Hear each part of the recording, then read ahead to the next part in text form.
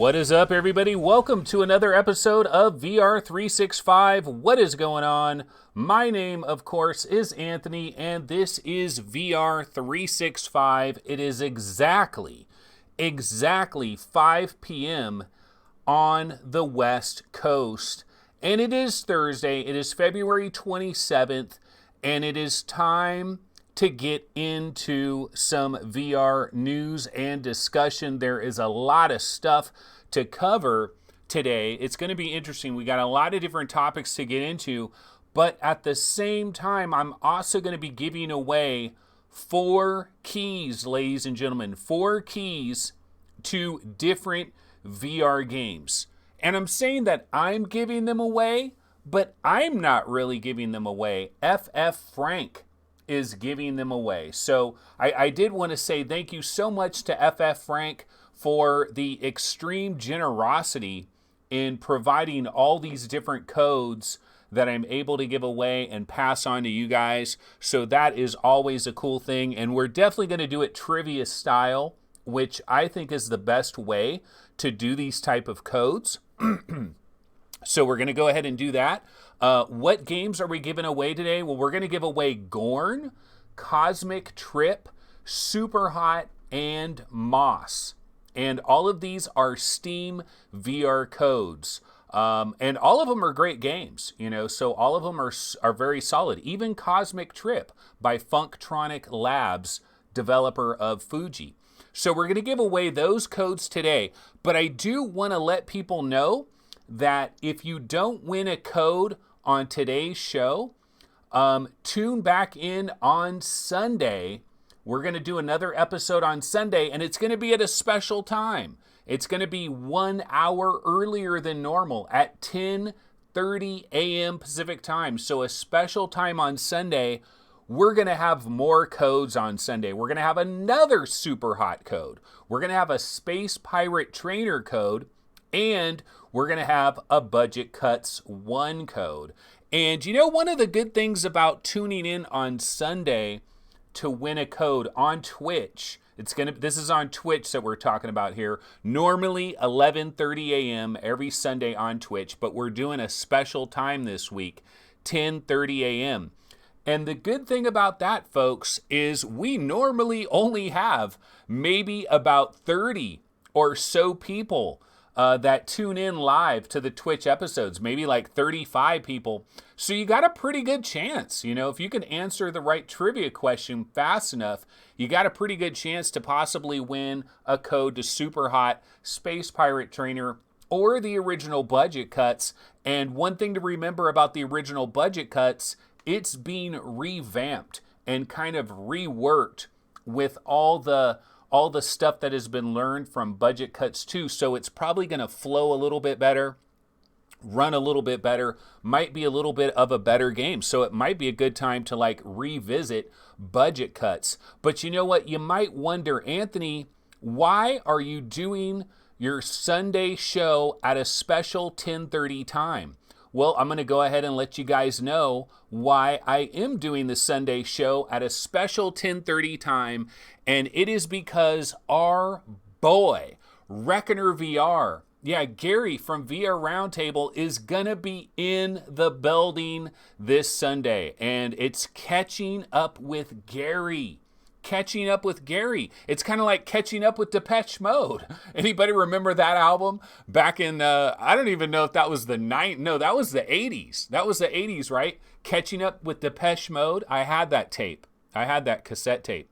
We're going to be catching up with Reckoner VR this Sunday, and it's going to be a lot of interesting discussions with Reckoner VR. He's redoing his little PC kind of VR room. We're going to talk to him about that. We're going to talk to him about maybe kind of cheating with flat games. We're going to talk to him about what were the big games that, what was his game of the year last year?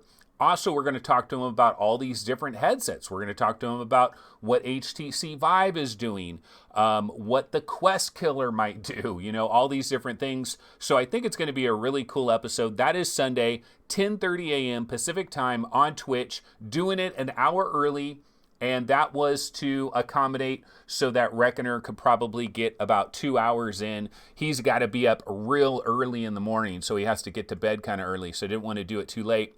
So we're going to be doing that. So that will be cool. But you know what? Why don't we start it off and let's give away a code, and then we'll go ahead and get into all the juicy news stories that we have going on today. So we're going to start off with our first code of the day. And I just want to remind folks how this works. So here's the thing. The code is going to flash on the screen, but there will be an underscore, and that is the missing letter. Okay, and then I have a trivia question, and the answer to that trivia question, the first letter to the answer of the trivia question is the missing letter. So that's how we do it. Now here's the thing. You can go ahead and just try to put the code in and just try random letters if you want, but you're going to get locked out of your Steam account. Probably not a good idea. So what you really want to do is you want to actually listen to the trivia question and try to answer it that way. So we're going to start it off with Cosmic Trip. This, of course, is by Funktronic Labs, developer of Fuji. And let's go ahead and see what this one is all about. Okay, so the code is D0647X4Q77F, I believe that's a 0, 2, mystery letter, and then 5. Okay, so here is the trivia question. HTC recently unveiled 2 prototype headsets for the future. What is the code name for these new headsets? And really, what is the first letter of the code name for these 2 headsets? Because that will lock you in to Cosmic Trip on Steam by Funktronic Labs. I believe that was their first big VR game that they launched with. And of course, now they have Fuji. A lot of people know them a little bit more about Fuji. So that's our first code there, giving that away. And then now we are, of course, going to get into the stories of the day. Yeah, Let's Play VR. If nobody else jumped on it fast enough, Let's Play VR went ahead and grabbed it with Proton. Yeah, they are called the Proton Prototypes, or yeah, the Proton Prototypes is basically what those new HTC headsets are called. And so we'll see what happens with those as HTC continues to work on those and continues to develop those. Okay, so one of the lead stories that we've got to get into, of course, today is disappointments, ladies and gentlemen. Disappointments.com. Dude, I was so hyped for Quest Killer Love. I was really excited about the Quest Killer. Not as excited anymore. Not as excited as not as excited as I used to be. I was really hyped for the Quest Killer, really looking forward to this whole thing. But you know, we got more information about the Qualcomm XR2 reference design, and not very good information for those of us that are consumers that want a consumer grade headset that we want to play with ourselves. Now, if you work at a BMW dealership, okay, if you work at maybe like a Jaguar dealership or Ferrari or maybe Porsche or something like that, good news for you, because you might get one of these headsets in your showroom to show off customers so they can sit in the car and look at the paint and decide what color their new Ferrari is going to be, or what color is the stitching going to be. See, there's an example right there.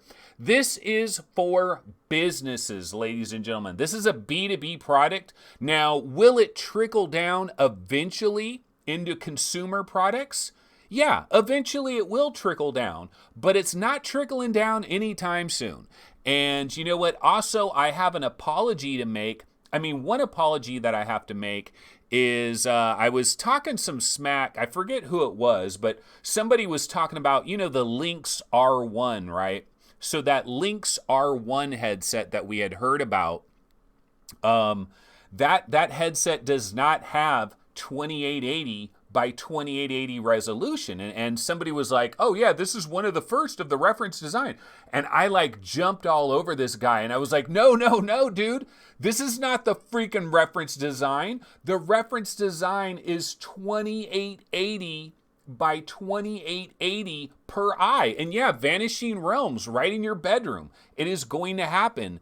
But unfortunately, no. Apparently, there are different standards within the XR2 platform. There's different levels. So one of the levels is a 3K by 3K resolution, which is 2880 by 2880. That is what Scott Stein tried out, okay? That is what the dude from PC Mag tried out. You know, this was back on December 5th, ladies and gentlemen. Dude, this Quest Killer thing, this is not a new thing.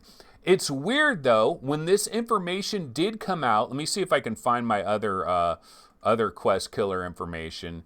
Let's see here. Yeah, so I'm going to go ahead and grab one of these other little videos that I have here, just to switch it up here. Yeah, so back on December 5th last year, that's what all this stuff is from. I did shows last year about the Quest Killer. That's Scott Stein right there wearing the Quest Killer prototype. This is not a new thing. This is not a new announcement, but apparently everybody around the internet apparently was like in deep sleep, comatose, wasn't paying attention to the Quest. I've been talking about the Quest Killer for 2 months. I've been talking, and people are like, oh, Qualcomm just announced the... No, they didn't. They didn't announce the XR2 reference design. They barely even gave us more information about it. Now, right there, you saw 3K by 3K. Okay, so it's called bait and switch, God damn it, because they switched it up on me. And now they're saying that 2K is a possibility. So 2K screens, I don't know what those, like, what is 2K? Is like 2160 by 2160, is that 2K? Is that more than 2K? I don't know. I'm not a resolution junkie in terms of like, oh no, that has less pixels per degree. Okay, there's the 3K by 3K image. That's what I was talking about. That's what I was excited about. That's why I was so into this thing, because I was hoping that one of these headsets would trickle down economics, man, Reaganomics, trickle down, baby, trickle down into the consumer world. And really what I was really hoping for out of this whole thing is I was hoping that if they start mass producing these 2880s, so 1080p by 1080p, so if they made a 1080p by 1080p square, that would be considered 2K. Okay, so that's F. Frank in chat. By the way, he is the guy. Wait, you're missing an F, Frank. Isn't it FF, Frank? You're missing one of your Fs, man. But yeah, so anyway, that's the thing here. Disappointments all around, because basically when that Lynx R1 announcement came out and we found out that it was going to cost $1,500 for, I believe, or you could pre-order, right? You could put 100 down, 150 down, I forget whatever that was. But basically, you're talking a super expensive product here, and it does use the XR2. Now, I don't know that it's really part of this program. It could be, because I thought the program was very specific. I thought you had to be 3K by 3K to be part of the program, but no, apparently you can be even lower. So what else did we find out about the Qualcomm XR2 reference design? Well, probably the biggest thing we found out, folks, is about the controllers. And this is interesting information, actually, about the controllers. So there are 7 cameras, up to 7 cameras. The Qualcomm XR2 reference design features up to 7 cameras simultaneously. But guess what? None of those cameras are worrying about your controllers. None of those cameras give a damn about your controllers. Yeah, those cameras are not tracking your controllers. No, the controllers are using like a magnetic technology, a different kind of a technology, which questionable, right? Questionable at best, because we don't know. No one's used this technology really. Did Magic Leap use it a little bit for their little Magic Leap thing? But not a lot of people have used this technology. So you got to wonder just how good it's going to be. But the nice aspect of the controller tracking, if it does work right, is no more concerns with occlusion. So you can go ahead and take that controller and put it all the way behind your head, put it all the way behind your back. That is not going to matter because the cameras are not concerned with that. So what the cameras are doing on the external, so I believe there's 4 cameras on the outside there.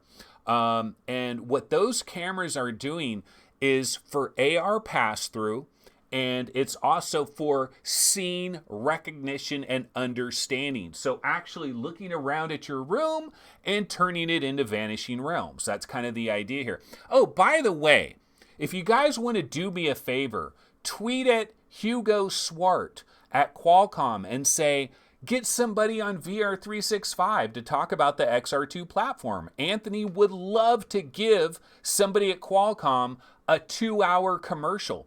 I still want to talk to somebody at Qualcomm, even though this isn't going to be a consumer product in the year 2000, in the year 2020, this is not a consumer product. In the year 2021, not a consumer product. In the year 2022, maybe a consumer product by that point in time, but the cost is going to be too high. That's why the Lynx R1 is like a $1,500 device. That XR2 chip, not cheap. One of the things that Qualcomm came out and said during this little 5G deal is they mentioned that, the XR1, which was the first chip that they made specifically for VR AR, that chip is still available. And they're still making that chip. They haven't discontinued that chip. That chip is still a part of the process. And so they're not phasing that out. So like for entry-level more consumer-based headsets would be the XR1. The XR2 is just going to be too goddamn expensive. So yeah, Quest Killer for all intents and purposes, as far as we're concerned, the Quest Killer is dead. Why do I still care about this headset though? Or why do I still care about this reference design? I still care about it because they're still doing some very interesting things here. 4 cameras are on the outside. That means 3 cameras are on the inside. Now remember, they are doing eye tracking, they're doing dynamic foveated rendering, and then they also have a camera that is looking at your lips and your cheekbone muscles and that type of stuff. So they're trying to do a lot of stuff here. And I watched their whole presentation on this. And one of the things that I can mention about this in terms of like their presentation, so it's all 5G all the time. Like the whole thing was all about 5G, 5G, 5G, 5G. And that's a big part of the idea here with this new headset is it's really about 5G. Now the headset is, the properties of this headset, basically, it's pretty big and bulky. Like if you've seen it, it's a really large, bulky thing. Let me go back to the original trailer, the newer one that just came out, where it has like Hugo Swart talking, because you get a good look at that headset, and it is big and it is bulky. And some people, now that's like the thin one, that's the prototype that they hope, at some point in the future, they're also going to have AR headsets that are going to use this technology. That's your boy Hugo Swart. I'd have no problem interviewing Hugo or any representative of his, but I'd love to interview somebody that is working for Qualcomm that knows about the scene recognition and knows about like the cheek muscle tracking and the lip. I'm interested in that. I'm interested in taking things on a new step, bringing things to a new level. And those technologies eventually are going to trickle down. Trickle down economics is going to happen. Now look at how big and bulky this thing is. So what they decided to do with this headset, it's not about making it sleek and making it look good. It might weigh a metric ton.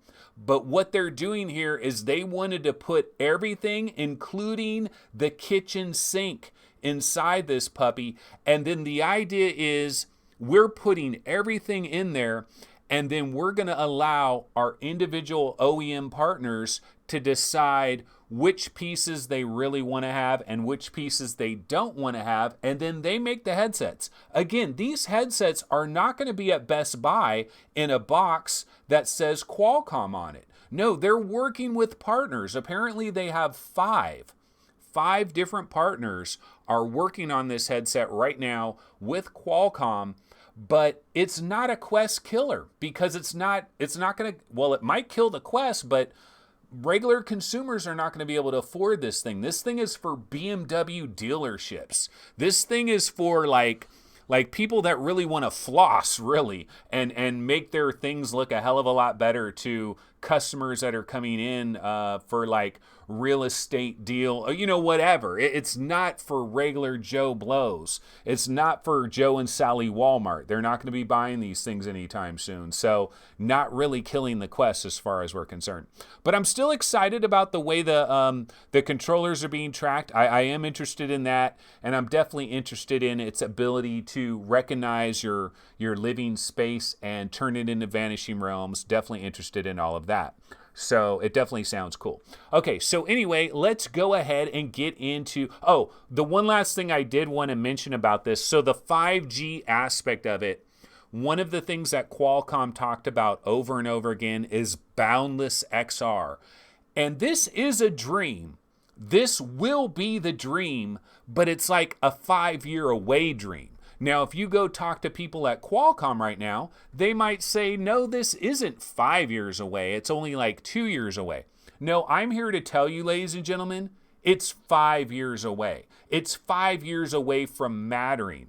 Now, a BMW dealership that really wants this thing might go out of their way to make sure they got some real good 5G antennas that are surrounding their dealership, so they're getting a crystal clear 5G signal that is fast enough to drive this experience, so that people that come into the BMW showroom can look at their cars in all different colors and can sit in it and look at the stitching.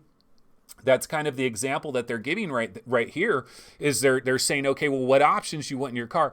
That's where the 5G comes into play, because basically when they're talking about this 8K 360-degree video, that is coming in via 5G. That is coming in via the 5G modem, which is not going to be included in every one of these headsets. In fact, the initial ones that launch probably will not even have the 5G modem.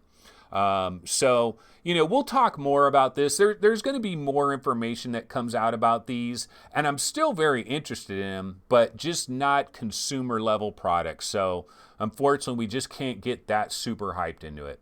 Okay, so the next big story of the day, there's actually a lot of stories. I'll tell you what, we've actually got a lot of stuff to get into. I don't know that we'll be able to get into all of it, but we'll try to get into most of it.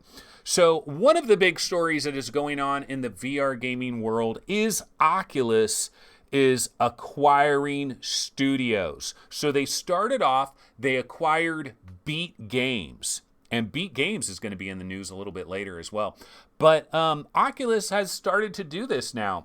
And so they know that they've got a platform. The Quest is a hit. If only the coronavirus wasn't killing everything by there being no stock anywhere. This is an unmitigated disaster, ladies and gentlemen, from a standpoint of selling product to in-level consumers. If you're a scalper, congratulations, because you are juicing mofos out there on Valve Indexes and Oculus Quest, because you're not going to get any of them anytime soon. They're unavailable. But anyway, Oculus knows that they've got a hit on their hands with the Oculus Quest. There's probably going to be a Quest 2, a Quest 3. And so they're building their stables is what they're doing. They grabbed Beat Games. They're grabbing beachfront property from a standpoint of talented developers. This is just the beginning of this. This is just the beginning. They're going to be grabbing more and more developers as we go along. Now, what we're looking at here is we're looking at a number of different games. These are all VR games that were developed by Sanzaru Games. Yeah, so Sanzaru Games was the developer that was acquired by Oculus. They acquired them, now they own them. Now, they've pretty much been working as a first-party studio for Oculus for a while now. What did they start off with? They started off with Ripcoil, which was kind of like an experiment kind of thing in the very, very early days of the Oculus Rift. Ripcoil was like a free thing that you could play around with. And so that's where Sanzaru started in the VR gaming thing. Then, of course, they did Sports Challenge VR, or VR Sports Challenge, and which I think is a very underrated game, in fact. I think the basketball aspect of that game is really good. In fact, I think they could possibly take some of that basketball game and turn it into a full-fledged real deal basketball game, maybe even get an NBA license. Oculus has the money to do that. So, I mean, I don't know that they're going to do that, but it's a possibility. Now, Marvel Powers United, of course, this was the next big Sanzaru game that came out for Oculus. Kind of a disappointment for a lot of us. It was a disappointment for me. Although it looked very good, it sounded very good. I've never seen, you know what I've never seen, folks? I've never seen Spider-Man's arms look more Technicolor than in that particular game right there, Marvel Powers United VR, but kind of a disappointment. Then, of course, the most recent Sanzaru Games game, of course, is Asgard's Wrath. And for a lot of people, Game of the Year 2019. For quite a few people, this is Game of the Year. And for me as well, I mean, I'm not saying it's my Game of the Year for 2019, but you know what? It's in the building. It's definitely in the top 5, any way you slice it. It is a pretty incredible game. It's a smorgasbord of VR content. It's a long, deep game. Doing really good. So anyway, that is Asgard's Wrath. So, but the question we got to ask here in regards to Sanzaru Games is like, everybody's like, oh yeah, this is a great idea. This is a great idea. Wait an effing minute here, ladies and gentlemen. It's a good idea depending on how much they paid. It's depending on how much they paid, and you also have to consider. So let's just throw a number out there just for the F of it. Let's just say that they bought Sanzaru Games for $27 million. Okay, I'm just throwing that number into the ether. I have no freaking idea. But let's say they spent $27 million buying Sanzaru Games. Probably not. Probably a lot less than that.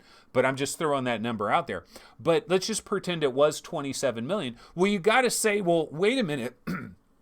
Wait a minute. What could they have gotten for their, is this the right developer for them to grab? How good of a developer is Sanzaru Games? Now, they do have VR experience. They've done some good things. Ripcoil, not bad at all. VR Sports Challenge, not really actually quite good, to be honest. And then Asgard's Wrath, one of the best VR games we've seen thus far. And then one kind of Debbie Downer, Marvel Powers United VR. So I think it's good that they've been brought aboard, but I don't think every acquisition needs to be praised to the high heavens, because it's an opportunity cost. You're throwing $27 million, and again, I'm throwing this number, I'm grabbing it out of thin air. You throw $27 million at Sanzaru Games, well, that's $27 million that could have went to blank, or could have went to blank, so we got to consider that as well. But it's good news if you're in the Oculus camp. They're going to start to build their stables, and it's a talented developer that they're starting off with. So that is good news. And they do have the skeleton of some different sports games. They could possibly make Sanzaru Games an even bigger studio and make some dedicated, real, legitimate sports games. Rather than these just little mini games that they got going, they can make deeper experiences. So that could be cool as well. All right, so that is Sanzaru Games. Why don't we go ahead and give away another one of the codes that we have to give away now? And let's see, let me go ahead and grab another one of these codes. Let's see which one we're going to grab now. Let's go ahead and grab, Superhot. Okay, let's go ahead and throw the code on the screen for Superhot. So remember, don't try to immediately start throwing this into your Steam account. You can get locked out of your Steam account. So remember, pay attention to the trivia question, because the answer to the trivia question, the first letter, that's going to be the first letter. That's going to be the letter in the missing letter. So here we go. This is Superhot. So 9E7XT NMZMT 9THX, and then we've got a missing letter, ladies and gentlemen, and here is the trivia. This is for people that watch this show. John Shubrick gifted Anthony this game from the goodness of his heart. Yet Anthony, the asshole that he is, has barely played this space epic that was converted to VR with much fanfare last summer. So yeah, what is the answer to what is the game that John Shubrick gifted me from the goodness of his heart? Like, no one put a gun to his head and forced him to gift me this game, yet he did it anyway.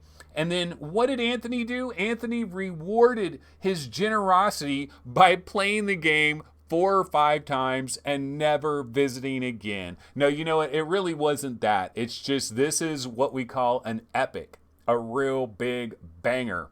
And of course, it arrived with much fanfare last summer, a space epic that was converted to VR. So what you're trying to find, folks, is what is the first letter of that game that will grab you Superhot on Steam. So I got to assume that somebody probably got that. Okay, so Hussein X in chat says, can your VR Game Rankings channel be revived now that you have your AdSense back? That way you have the same brand across your website and Twitter, etc. Well, no, I don't know. I would have to, I guess there might be a way to do that. Yeah, Airman 929565. No Man's Land. Yeah, No Mansky. That is the game that we're talking about, of course. Absolutely. Oh, man, you know what I forgot to do, ladies and gentlebots? I forgot. Okay, hold on. I'm going to have to move something around really quick here. I didn't get any of my Webinal stuff together. So now I got to get the Webinal stuff together real quick. So hold on one second, because I do need to go to the Webinator. But yeah, it was, of course, No Man's Sky. That was the game that John Shubrick, from the goodness of his heart, hooked your boy up. Really super appreciate that. That was incredibly awesome that he did that. No question about it. All right, so I'm just trying to get some of these things loaded up here. Okay, we're going to switch over to the Webinator, ladies and gentlemen. We're going to switch over to the Webinator, and our next story is a number of surprise releases have been coming out of the blue, or they've just been announced and recently have been arriving. Let's go ahead and check that out. Let's switch over to the Webinal. And here we go. There we go. Okay, so yeah, this is for the Oculus Quest. These are recently released Oculus Quest games. And today, see, I didn't even get a chance to report on this, folks. I don't even have this, I didn't even get a chance to change the release date and stuff on VRGameRankings.com. 11 Table Tennis VR. It is available now for the Oculus Quest. So there are more than one ping pong game is available now. For the longest time, it was just the one ping pong game. Forget what it's called now. Racket NX. No, not. Well, there's Racket NX, not ping pong, and then there's Racket Fury. I think it's Racket Fury, right? Table Tennis VR. Yeah. So Racket Fury, Table Tennis VR. It was available at launch day for the Oculus Quest, has enjoyed a ton of sales, and it's actually a very good game. In fact, I've played it. Racket Fury Table Tennis VR, very good, solid game, but now it has legit banger competition in 11 Table Tennis VR. So that arrived today. That is available for $20. But the real one I'm talking about in terms of Sneak Attack, Free Diver, Triton Down. Who saw this coming? Who the hell saw this coming? Because I sure as hell didn't. So an extended cut, Free Diver, Triton Down, 15 buccarinis. It is available on the Oculus Quest. Now, I have not had a chance to try this out. I imagine the graphics have been watered down pretty considerably. But you know what? It is out there. It's only $15. Now, the real downside here, I enjoyed this game. I wonder how much of the experience, though, will be lost on Oculus Quest because part of the key aspect for Free Diver Triton Down, like part of the main aspect of it is the fact that it was such a graphical showpiece on PCVR with like the stuff being on fire and the way the water looked and the way the water was rolling and moving and stuff. Like it really gave you that feeling of being on a ship that is going underwater, you know, kind of like a big action movie from the 70s or the 80s. They had movies like this, you know, buildings catching on fire and ships, you know, catching whatever or crashing and sinking. And it kind of brought you into a movie like that. Now there's 30 ratings and the ratings are really, really high, folks, almost 5 stars across the board. But, you know, it just came out. I have not had a chance to try it, but yeah, Sneak Attack also available on PlayStation VR as well. Free Diver Triton Down is also on PlayStation VR. So a Sneak Attack on 2 different platforms. But one of the things I did want to talk about in relation to this is Sneak Attack. Is it a good idea? Is it a good idea to do a sneak attack? Are they losing out on potential sales by doing a sneak attack? I don't know, man. I gotta tell you, I think they are losing out a little bit. I think they're probably better off doing a little bit more of a hype train and giving people like release dates in advance, allowing people to get excited about it, allowing people to plan for it. You know, I know it's kind of like the two sides of a coin, right? On the one hand, you don't let people plan for it and save their money for it. You don't let all the people out here like me and all the other YouTubers and people at all these various websites and stuff kind of drum up the awareness level for the game. Whenever we get like release dates, we report on it. You know, it's part of the news. We talk about this game is coming on this day. And that builds awareness. And I think that helps sales. Now, on the flip side of the coin, you drop a game just out of the effing blue. Nobody has any idea that it's coming. And that also does create this like, oh shit, hype factor, you know, like, oh my God, Free Diver Trade, oh shit, scramble, I gotta buy, you know. So it causes that as well. So that's our question of the day, though. That is our question of the day. And this is something that you guys can do in chat, you know, not in chat, but in the comments at the end of the show. You can go ahead and leave a comment. Question of the day, sneak attack. Is it a good idea or a dumbass idea? What is your answer to that? I think I'm leaning to the dumbass category of the coin on that one. Of course, I am a biased individual because with VR game rankings, we like having advance notice. Like we could have had Free Diver Triton Down on the Oculus the Oculus Quest Most Wanted rankings. We could have had it there for a while, you know, and build up the anticipation for it. And I could on previous shows of this show, I could have been like, yeah, Free Diver's coming to the Oculus Quest and it's coming to PlayStation VR. And, you know, you drum up some additional hype with that. And that didn't happen. You know, that did not happen because of this situation here. But oh well. So that is one of the stories that we have. All right. So the next one that I wanted to get to here is back to the Webinator. And this is over at Road to VR. Well, you know what? Actually, why don't we talk about a couple of breaking news stories that I didn't even have ready for this show. And breaking news story, folks, coronavirus all the effing time. I mean, how many times have we talked about this? Okay, so Facebook canceled F8. Facebook has canceled F8. They've backed out of GDC. It seems like we're getting announcements every other day. Like Unity has backed out of GDC. Unreal has backed out of GDC. Like, who the hell is going to GDC? In fact, yours truly, I'm probably going to back out of GDC as well. Like, I have a hotel. Well, it's really an Airbnb. I have an Airbnb locked down for Wednesday night at GDC. And, you know, I was debating it today. I was thinking about it today.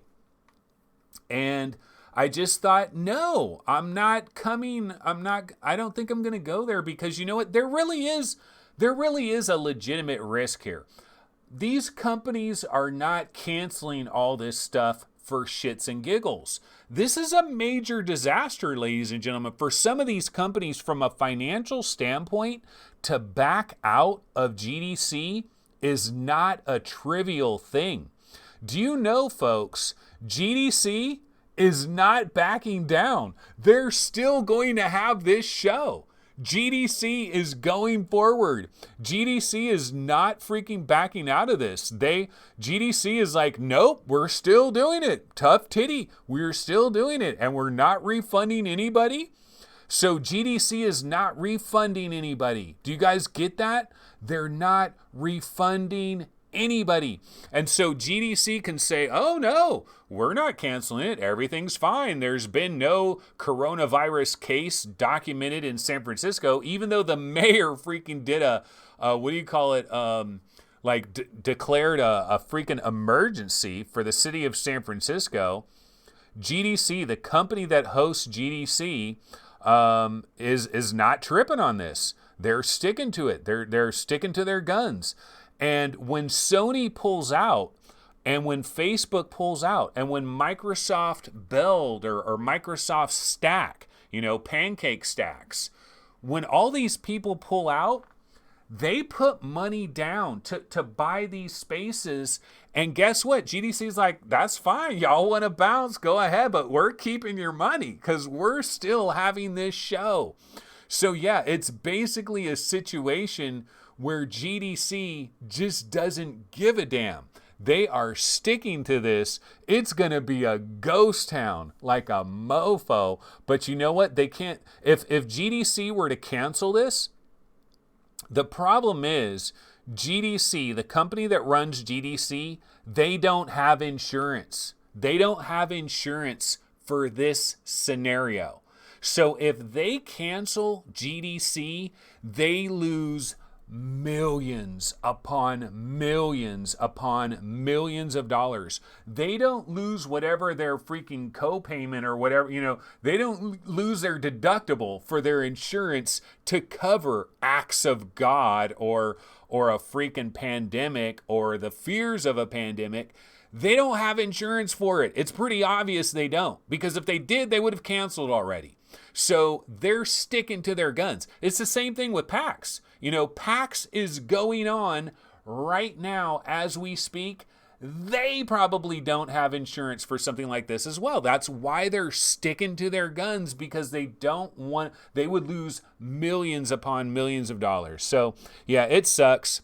Facebook, no F8, pulling out of GDC. Everybody's pulling out of everything. So pretty much what's going to end up happening, folks, is we're going to get little trailers. We're going to get these little private events where a few select journalists will be invited into a little private thing, a very small thing, and they're going to unveil the stuff that they're going to unveil, but it's not going to be the same.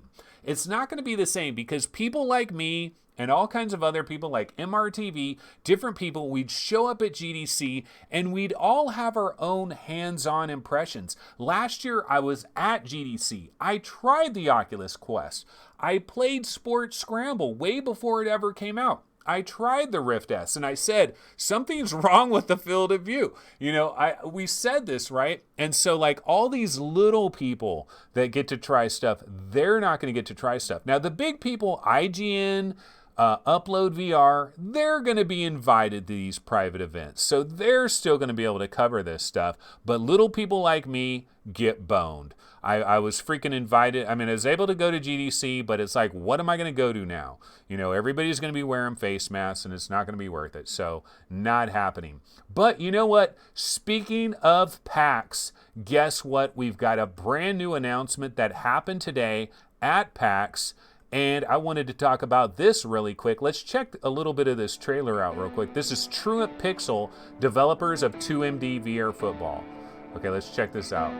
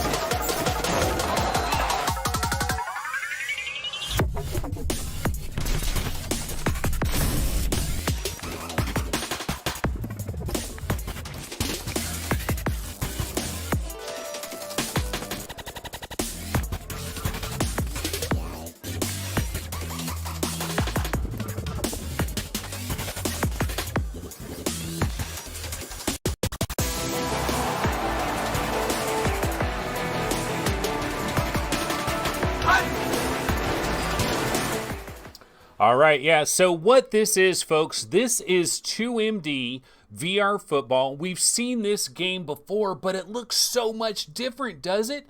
Yeah, this is an update that is coming to 2MD VR football on PC platforms. So not on the Oculus Quest, but this is called 2MD Evolution. And so basically what this is, I've actually played this, guys. I actually played this a couple of weeks ago. Almost forgot about this and then remembered, oh yeah, today is the day when they're going to announce this.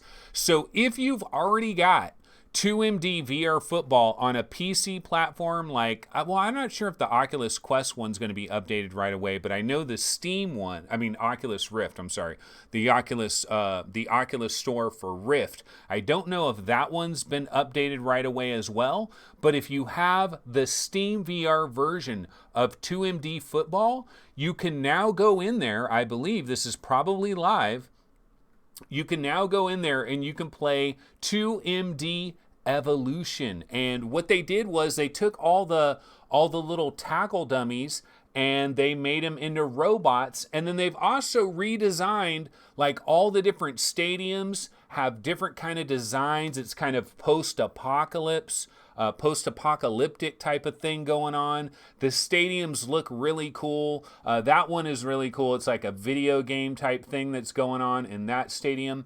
There's like snow on the ground and different things that are happening. It's actually really quite cool. Now, here's the downside. The downside is it's not a completely new game. Like, this isn't like a totally new game. In fact, really what it ultimately is, it's basically a reskinning of 2MD VR football, but it's a really cool reskinning of 2MD VR football. And if you already own the game, this is 100% free. So you don't have to pay anything extra to get 2MD VR football. Let me see if I can go to the Steam page for this, and they probably have a breakdown on it.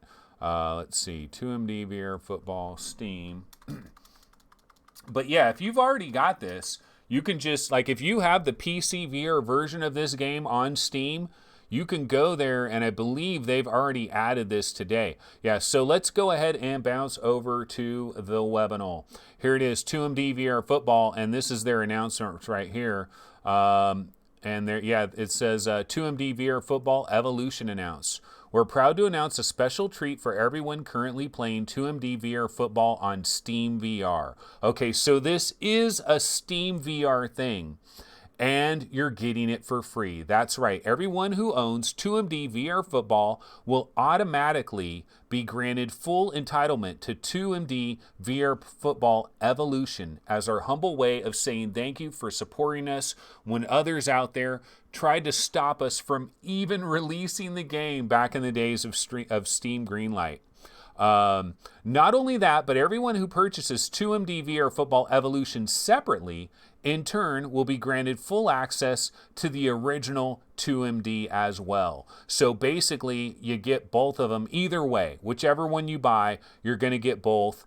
And what it really is, though, and look at VR game rankings. Do we finally have a good American football game in VR? Yes, we do. Recommended VR game rankings. Yeah, that's always nice. But yeah, what this really is, guys, it really is kind of like a reskinning of the game, but it's definitely cool. It's definitely worth jumping in. And when you first jump in and you're first playing it, you're going to be looking around. You're going to see like the freaking Cybertruck on the sidelines and shit in one of the stadiums. I mean, it looks very much like the Cybertruck. Not exactly, right? It's going to be slightly different. But you see all this stuff and you're like, oh, dude, this looks hella sweet. This is hella cool. But after a while, you're going to be playing it, you're throwing passes, and then you're going to realize, you know what, it's basically exactly the same game, but it does have this, like, cyberpunk skin on it, which is cool. You know, it's definitely very cool. Check it out if you are. I don't think it's enough for somebody to, like, run out and buy 2MD VR football just because of this, but if you've already got it, it's definitely worth checking out. And 2MD VR football is a good value anyway. You're talking $13. This is not an expensive game. And you do get to check out the new cyber players and all of that. So that's kind of cool. All right. Why don't we go ahead and go back over here and let's go ahead and give away another one of our codes. So let's see. We've already done Superhot. So, and we've already done Cosmic, what do you call it? Cosmic Trip. So let's see, what are we going to do now? We could go Gorn or we could go Moss. Let's go ahead and go with Gorn. We'll save Moss for a little bit later in the show. Okay, so here we go. So this is the Gorn key giveaway. AEI 54 B2 TAT TWFY. What is the final letter? Okay, so a very kind member of the VR365 community stepped up to the plate to provide these codes. What's the first letter of this person's YouTube avatar? Now, this is pretty goddamn easy. I actually made a mistake. I was supposed to save this one for the very end of the show because I was hoping maybe some people would forget who I thanked at the very beginning for providing all of these codes. But yeah, what is the first letter of this person that provided these wonderful codes? Because you too can have Gorn in Steam VR very easily if you know what that first letter is. So that should be really easy, guys. You should know that one. It shouldn't be a problem. All right, let's go ahead and get into some more stories now. Let's see here. I want to go back over to Road to VR. Let me go ahead and get this dialed up. Oh, this is actually a really big story. So I mean, not really big, but it's pretty big for what we're interested in, guys, for what we're interested in. Okay, so heading back over to the Webinator, and we did see this story on Road to VR. Microsoft says it hasn't given up on the VR side of Windows mixed reality. So this is something that has been kind of brewing in the background. We keep hearing stories of like this Windows mixed reality headset has been discontinued. That Windows mixed reality headset has been discontinued.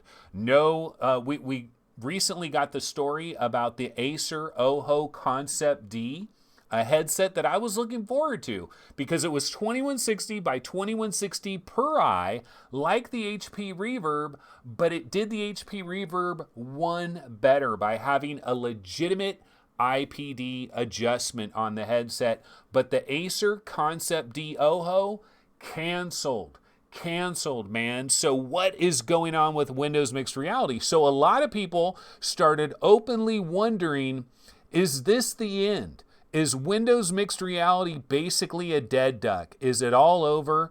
Is it all done? Well, apparently not, because you know what?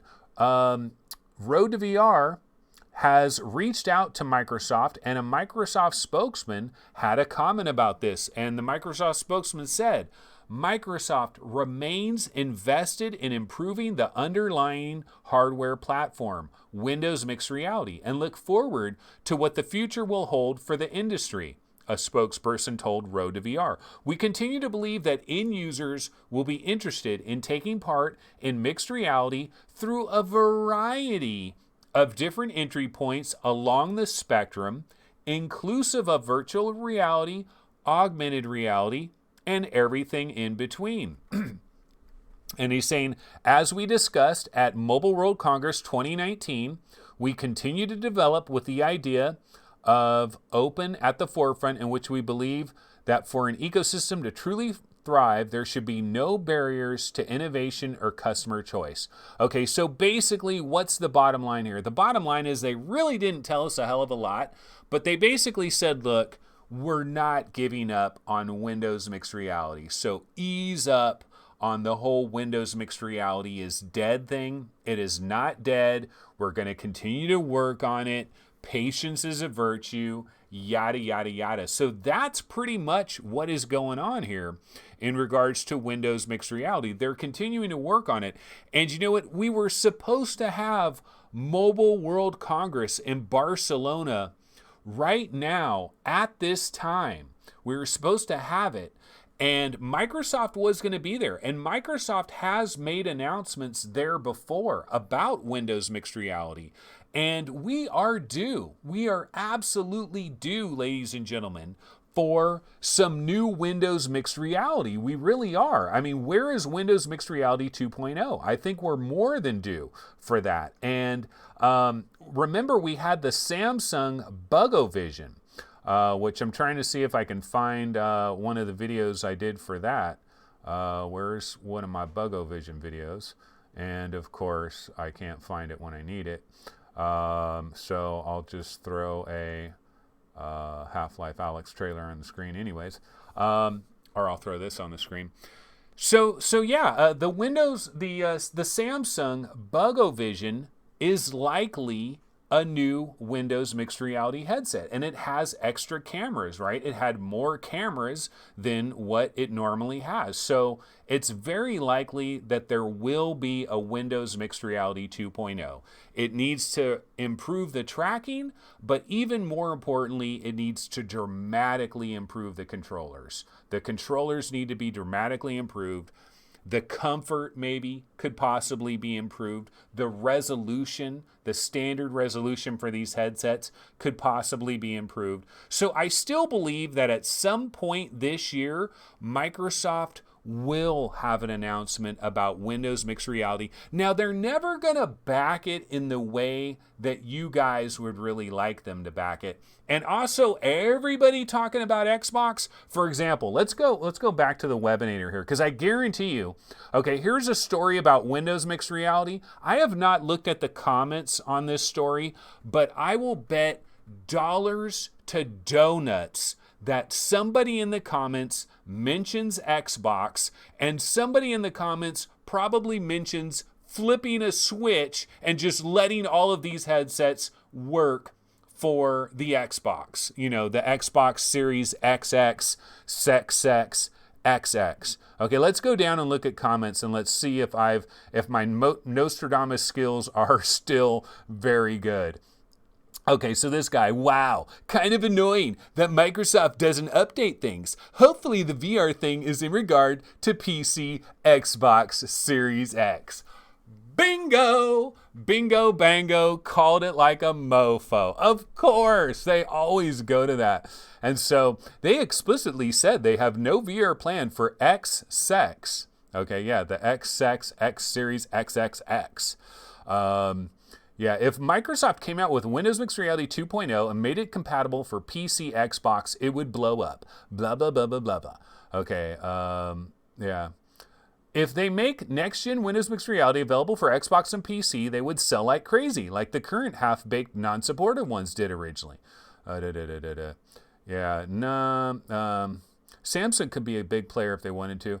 Yeah, so anyway, but a lot of people will always mention, all they got to do is flip a switch, man, and these will work great with the Xbox. Whatever. No, you don't get it. You know how people will like shake kids and stuff and they go to jail for that? I want to shake you, man. Anybody that talks about like Microsoft and freaking Oculus getting together and like the Oculus store and all this shit, get over it, man. No, Microsoft cannot flip a switch and have all these headsets work on the next Xbox. It doesn't work like that.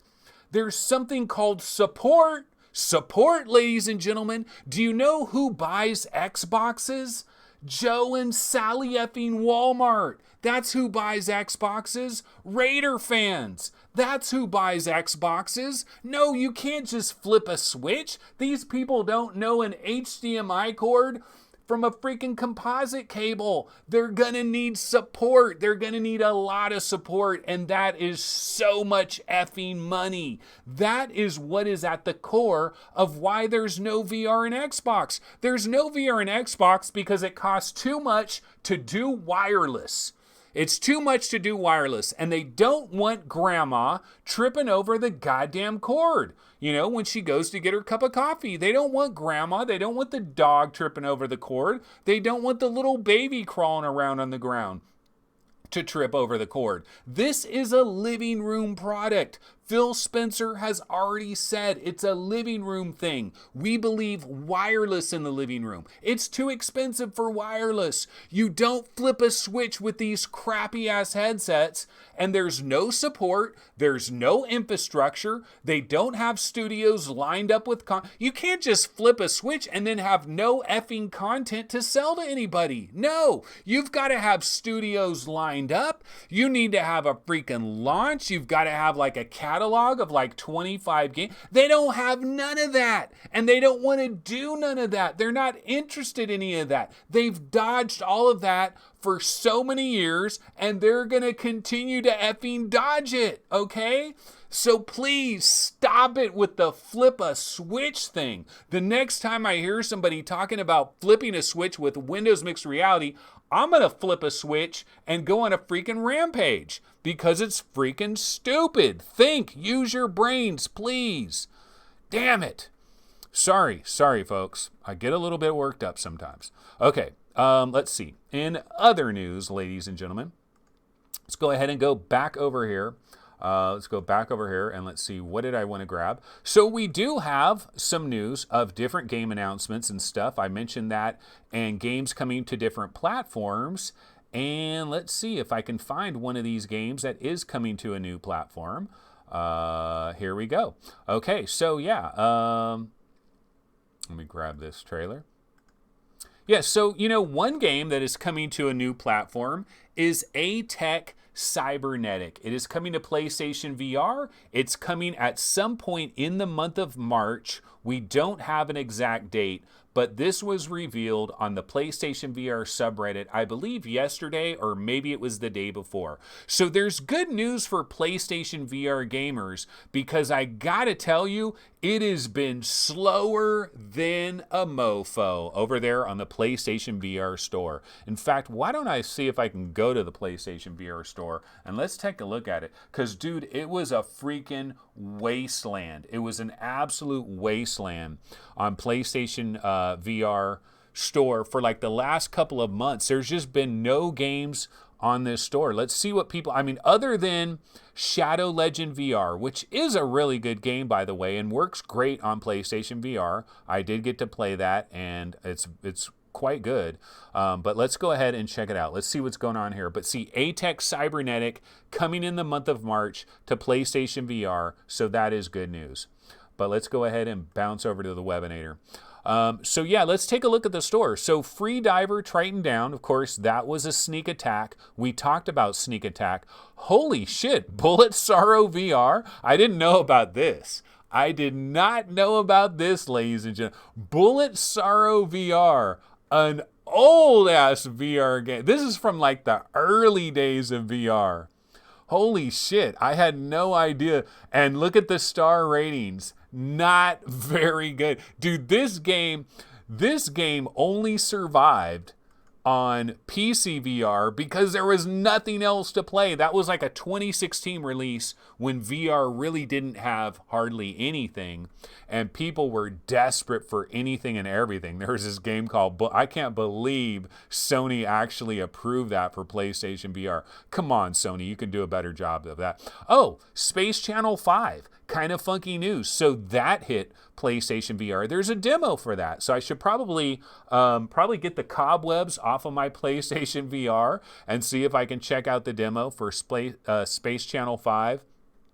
Got to admit, not really tripping on this game, bro. This game does not speak to me. I'm not really into, I could play some Dance Central or something, or O-Shape or something like that. I don't think I'm going to be paying $40-something for Space Channel 5. But yeah, that is out on PlayStation VR. So that one recently arrived. But yeah, before that, it has been deader than a doornail, man. They did get Eclipse Edge of Light and Shadow Legend VR, but it has been very slow. But they do have Dreams, and when Dreams hits PlayStation VR, that is going to be huge. And then also now we're finding out that they're going to have Ep332 Cybernetic at some point in the month of March. So at least there's going to be finally a little bit of love for some PlayStation VR players.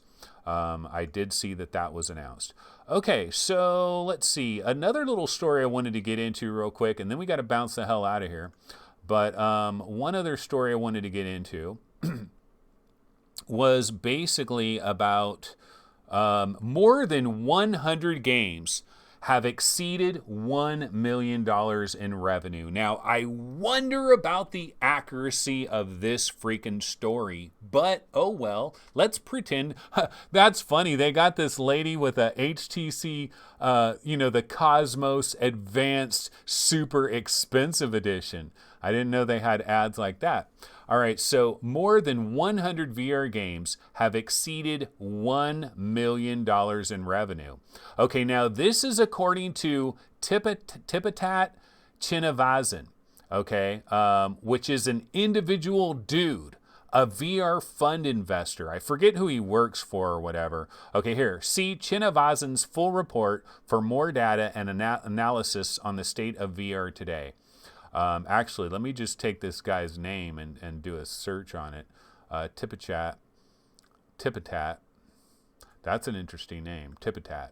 Okay, so let me go and put Superhot, and then Superhot Chinavasan. There we go. Okay, images.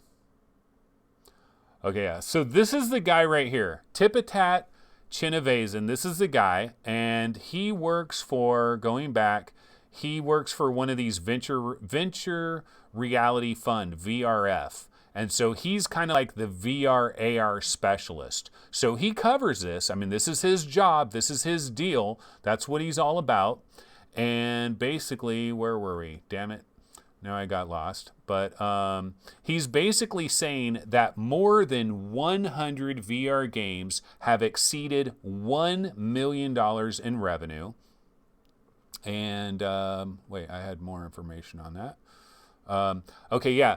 So technically he says that 106 games, 106 VR games have exceeded $1 million in revenue, and that the top 7 titles may have exceeded 10 million in revenue, and that the number 1 game has pulled in an estimated $60 million. Do you guys buy that? Okay, so Beat Saber, 60 million. Beat Saber, because like, what is the number 1 game? It is effing Beat Saber. We know that, right? I mean, that would be the number 1 game. And he says that nearly half of these 106 games that have exceeded $1 million in revenue happened in the last 12 months alone. All right, do you guys believe this is real? We can check out his full report for more details. Okay, this was the report where he's talking about the inflection point, and he is general partner of the Venture Reality Fund, investing in early stage VR, AR, and AI companies. Dude should probably hire me. Okay, yeah, so here's his list of like these different games, and he's kind of like ranking them in order. These are, according to him, these are the top 20 grossing VR games across all platforms, all at over 4 million in revenue, with the top 7 clearing 10 million, and with numero effing uno clearing 60 million. Okay, so we've got Beat Saber, Arizona Sunshine, Job Simulator, Skyrim VR, Superhot, Moss, Five Nights at Freddy's. Goddamn, Five Nights at Freddy's. That shows you guys the power of like groupthink. Oh, dude, Five Nights at Freddy's. Come on. Okay, Until Dawn, Rush of Blood. Really? Until Dawn, Rush of Blood has exceeded 10 million? Well, no, wait, that's not one of the top 7. So over 4 million in revenue for Until Dawn, Rush of Blood? Okay, well, much love to Supermassive Games for that. Firewall Zero Hour, Robo Recall, Boneworks, Lone Echo, Borderlands 2 VR, Elite Dangerous, Fallout 4, Blade and Sorcery, The Climb. Yeah, you know, The Climb has exceeded $4 million in revenue because it was priced way too effing high for so long. So yeah, it got up there because it was priced so goddamn high. Blood and Truth on PlayStation VR, Asgard's Wrath, and Astrobot Rescue Mission. So yeah, do you guys believe that this is all accurate? Because the one thing that I kind of wonder about this, I swore that there was a developer on Twitter just the other day, but I can't remember which developer it was. And and I don't want to misspeak, but I know there was a developer very recently on Twitter that was saying only a handful of games have like made $1 million in VR and that it's still a struggle in VR. And then this guy's saying no, 106 different titles have had $1 million in VR. What do you guys think? I don't know. Sounds a little sketchy to me. All right, well, let me go ahead and check out chat. I have not looked at chat all day because I wanted to try to get through all these stories. Oh, I do want to say thanks to Slave Lays for super chat. He says, "Don't shake me, bro.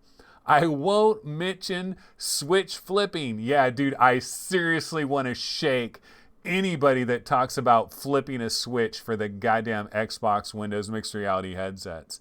Just a poor understanding of support, of having like a library of games. You don't understand how the industry works if you think you could just flip a... Oh yeah, let's just flip a Switch. Sure, just flip a Switch and overnight anybody can just go to Best Buy or Fry's Electronics or any store out there, buy any Windows mixed reality headset and plug it right in your Xbox. Yeah, Halo will work in VR just fine. It'll automatically work and they'll have support for it. Oh yeah, it's perfectly fine. Just flip a Switch. Okay, but let's go ahead and see what some folks are talking about here. Hussein X says, "I heard a VR game sold $60 million worth." Yeah, that was one of the things that was in the article. He believes that the number one game has passed about $60 million in revenue, and the number one game has got to be Beat Saber, right? And so if if that game has earned $60 million in revenue, and then they were bought by Oculus. So just imagine the Beat Saber dudes. Just imagine how many Ferraris they are rolling down the street in Prague. Those fools are chilling. I mean, they are chilling at a very high level. They are chilling at a very high level because, dude, off that 60 million, they probably pocketed about 59 of it, all right? It may have cost them $1 million to actually make Beat Saber. Not even that. It didn't even cost it. Well, I mean, maybe for the years that they were working on it and stuff. It's basically 3 guys, right? And then they got bought. And then they got bought by by Oculus. So, you know, they've got like 50 something million. And then Oculus is like, okay, we'll pay 30 million for you straight up. I mean, I don't know what they paid for Beat Games, but maybe like 30 million, right? Well, now all of a sudden these guys have got like $100 million damn near in their bank. So, you know, they're chilling. All right. Kevin says the stock market is getting trashed by coronavirus. Maybe a good time to pick up some shares of Qualcomm, Facebook. Like if you want to bet on VR, you probably and AR and the whole ecosystem, you probably want Qualcomm, you probably want Nvidia, you probably want Intel, you want Facebook. You know, there's a number of different plays that you want. Intel from the volumetric video and stuff like that. So there's a number of different plays in the stock market that you could possibly make as far as that. Okay, flip the switch. That turns Anthony into Ranthony. Yeah, dude, flip the switch. No, I hate that flip the switch shit. Okay, Hard to Get says Shadow Legend is okay. Really short though. Okay, but if you're like me and you explore every little nook and cranny and you're trying to find every little collectible that is in Shadow Legend, pretty cool game. Pretty solid. Kevin says, I will shake you, Anthony. Oh, are you one of the flip switchers? Kevin says, Phil Spencer is wrong. No, he's not. Okay, Kevin, come on, bro. I will debate you all day and twice on Sunday. Let's see here. Oh, I got one more code to give away, and then I got to get the hell out of Dodge. Yeah, so I'm going to go ahead. NV1790 says, did you guys already talk about the Sanzaru acquisition? Yes, we did. We talked about it towards the beginning of the show. Hussein X says 2MD looks a hell of a lot better now. I'm a graphics guy. Yeah, it's cool. It is very cool, and it's well worth it. Oh, and Scruffzilla says, holy crap, this looks amazing. I love 2MD. Yeah, when you first go into 2MD, and you see this update, you get into the 2MD game and the coach is now a robot and all the guys, like even the locker rooms and everything, like the whole thing has been completely reskinned with the robot thing, and it looks super cool. It is really cool. It's a great idea. 2MD did a solid job with that, but it's basically a reskinning because you're going to play it more and more and more, and then you're going to realize, it's basically the same exact thing. It feels exactly the same, but they did put a nice shiny new coat of paint, and it's well worth it just for like seeing different stadiums and all that. Just for the different stadiums, the snow and like things that you see in the background and stuff. It's worth it for that. All right, so I have one more game to give away, and that, of course, is Moss. And this is for Steam. And once again, this is courtesy of FF Frank. And FF Frank, thank you so much. And so let's go ahead and do this Moss code. All right, here it is. CEK64 NFM 8C 5JZP. Okay, here is the question, folks. And if you watched last Sunday's episode, you're going to know the answer to this. But if you didn't watch last Sunday's episode, you're boned. You're boned. This is why you got to watch both episodes. And you really want to be on Twitch. Okay, so last Sunday, Gaming Science Teacher said the reason she's not using SideQuest is because, and it was basically a one-word answer. There's a one-word answer why she's not using SideQuest. And that one-word answer, that very first letter, goes at the very end of that code, and that gives you Moss for Steam VR. A banging-ass VR game. Great game to have.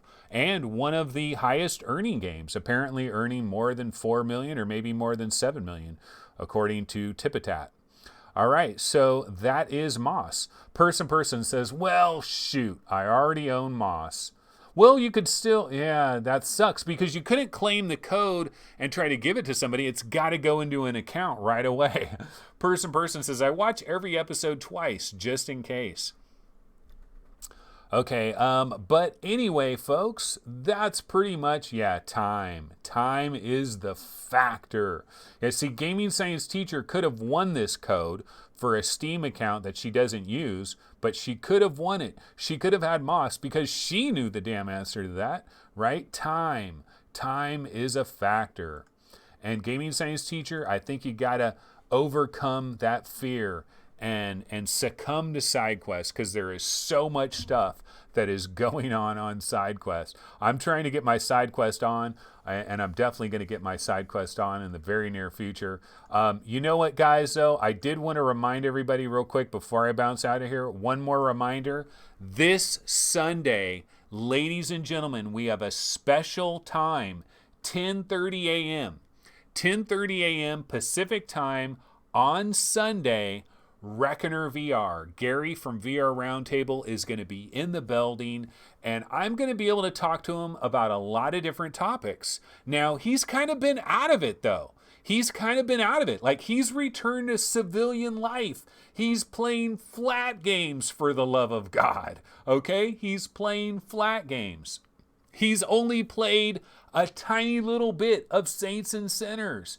There's probably all kinds of big VR games he just hasn't even tried at all. But you know what he is doing, folks? He's playing a lot of his Oculus Quest right now. And the reason he's playing a lot of Oculus Quest is because he's redoing his man cave. His little baby man cave. He's completely redoing it.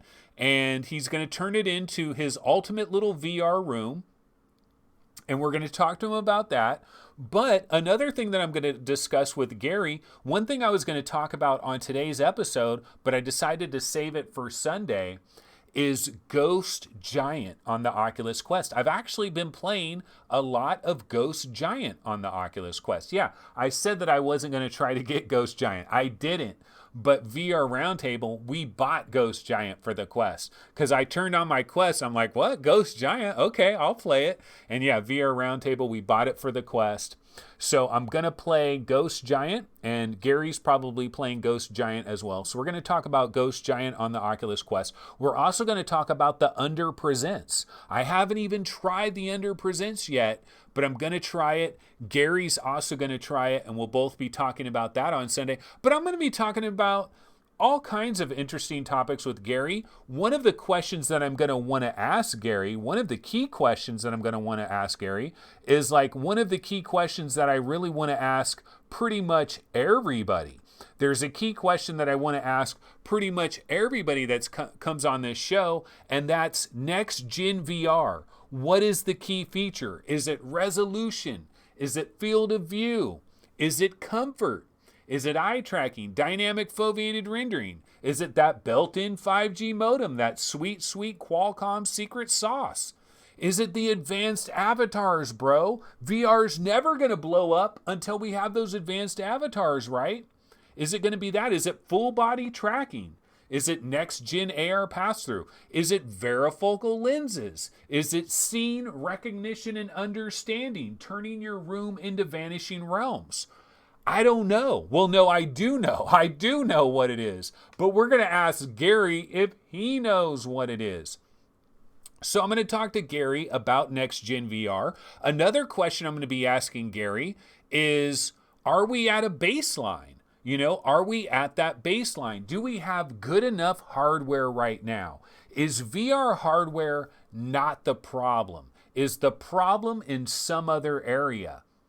That's actually the first. The first question is, do we even need next gen VR? That's the first question to ask Gary. Do we even need next gen VR, or are we at this baseline?